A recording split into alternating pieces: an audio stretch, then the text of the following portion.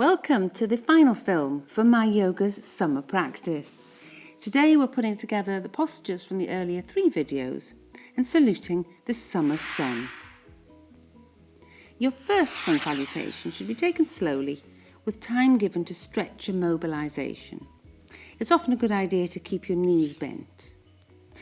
Activate the core, the solar plexus throughout, but relax and mobilise your upper body before putting weight onto it, and your lower body by, for example, easing into the hips and into what is a forward bend. Your first sun salutation really is like a conversation with your body. How does it feel today? What's it telling you?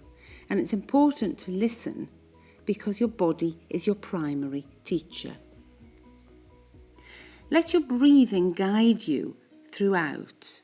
But don't get too hung up on this. It's usual to inhale on an expansive movement and exhale as you fold inwards or downwards. There are many versions of Surya Namaskar to give it its Sanskrit title, and you may do ones that differ, but the principles that we've talked about previously will still apply, whatever you do. So here, from a nice flat back, which remember means an activated core and quadriceps muscles, we step back and lift into a back bend where the head sits comfortably between the elbows.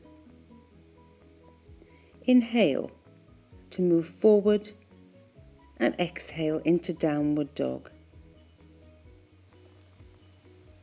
Inhale as you lift your leg behind you, keeping the hips level, and exhale as you step through. Inhale as you raise your arms into your back bend. Exhale forward. Inhale, lift the leg to step forward. Exhale and inhale as you lift to complete half a round of sun salutation. This example is a little more physically demanding, and we'd encourage you to practice those tips in films 1, 2 and 3 until you're sure you're strong enough to support your lumbar spine. We're going to move into plank, chaturanga dandasana, and slowly, with the elbows tightly into the body, lower towards the floor, rolling the toes into a gentle back bend. Remember that MYOGA is about developing our own practice, and everyone has their own. There are lots of different kinds of yoga too, which treats the practice differently.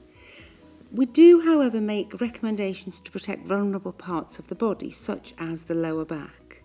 Remember, yoga is a benefit, and you need to pay attention to just a few small safeguarding tips, none of which take any fun out of practice and exploration. If you're using your knees to support your spine, then try this routine.